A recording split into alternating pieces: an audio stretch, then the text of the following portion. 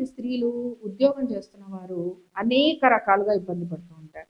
ఆరోగ్యపరంగా ఇబ్బంది పడుతున్నామని గానీ, ఉద్యోగపరంగా మాకు ఎదుగుదల లేదని కానీ, లేకపోతే మా సహోద్యోగులు మాకు సహాయం చేయటం లేదని కానీ, ముఖ్యంగా మీకంటే పై స్థితిలో ఉన్నవారు అంటే మీకంటే మీ ఒక ఉన్నతాధికారులు ఎవరైతే ఉన్నారో వారు మిమ్మల్ని కొంత ఇబ్బంది పెడుతున్నారని గాని, మీరు అనుకుంటున్నంతగా గ్రోత్ రావడం లేదని గాని, ఇలాగా ఉద్యోగపరంగా స్త్రీలు ఎక్కువగా ఇబ్బంది పడుతుంటారు. ఇంట్లో వాళ్ళు కూడా సహాయం చేయకపోవటము, భర్తతోటి ఉద్యోగం గురించో, లేకపోతే ఏదో ఒక దాని గురించో కొంచెం గొడవలు పడటము, మనస్పర్ధలు రావటము, ఇలాంటివి కూడా గమనిస్తూ ఉంటాం.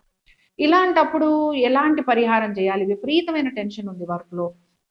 ఎక్కడా హెల్ప్ లేదు. ఎక్కడా మీకు అసలు ఏ దారి వైపు వెళ్ళాలో కూడా అర్థం కావట్లేదు. అలాంటప్పుడు ఎటువంటి పరిహారం చేస్తే మీకు బావుంటుందో చూద్దాం. మంగళవారాలు ఒక 9 మంగళవారాలు కొంచెం ఉపవాసం ఉండేందుకు ప్రయత్నం చేయండి. అనారోగ్యం ఉన్న వాళ్ళు ఎవరైతే ఉంటారో టిఫిన్ చేసేందుకు ప్రయత్నం చేయండి.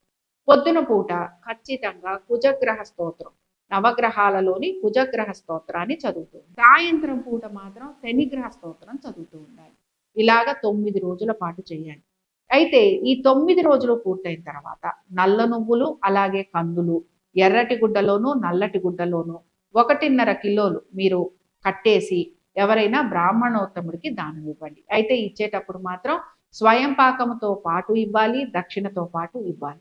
ఈ రెండిటితో పాటు 9 రోజులు ఏ రోజైతే మీకు పూర్తవుతాయో, ఏ రోజైతే మీరు దానం ఇవ్వాలనుకుంటారో శివాలయానికి వెళ్ళాలి. శివాలయానికి వెళ్ళి అక్కడ ఉన్న నవగ్రహాల చుట్టూరా కూడా ప్రదక్షిణ చేసి, ముఖ్యంగా కుజగ్రహం ముందర, శనిగ్రహం ముందర దీపారాధన చేయండి. అగరబత్తులు వెలిగించండి లేదా ధూపం వేయండి.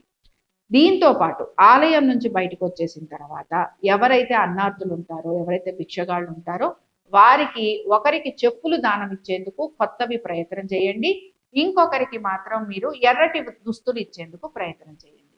ఇలాగ చేయటం వలన ఎటువంటి మీకు ఉద్యోగపరంగా మీరు పడుతున్న ఇబ్బందులు ఏవైతే ఉంటాయో, అంటే మానసికంగా కానీ శారీరక పరంగా ఎక్కువ స్ట్రెస్ అయిపోతూ ఉంటారు. బాగా స్ట్రెస్ అవుతున్న వారికి చెప్తున్నాను అనమాట. కాబట్టి మీరు గనక ఇలాగ చేసుకొస్తే మీకు తక్షణమే మీకు మార్పు కనపడుతుంది. అయితే కొంతమందికి తరచుగా ఉంటూ ఉంటుంది. ఇది మీరు తరచుగా చేసుకుంటూ రావచ్చు. దీని వలన మీకు ఏ ఇబ్బంది ఉండదు. రిపీటెడ్‌గా చేసుకున్నా కూడా మీకు మంచి ఫలితాలనేవి కనపడుతుంది.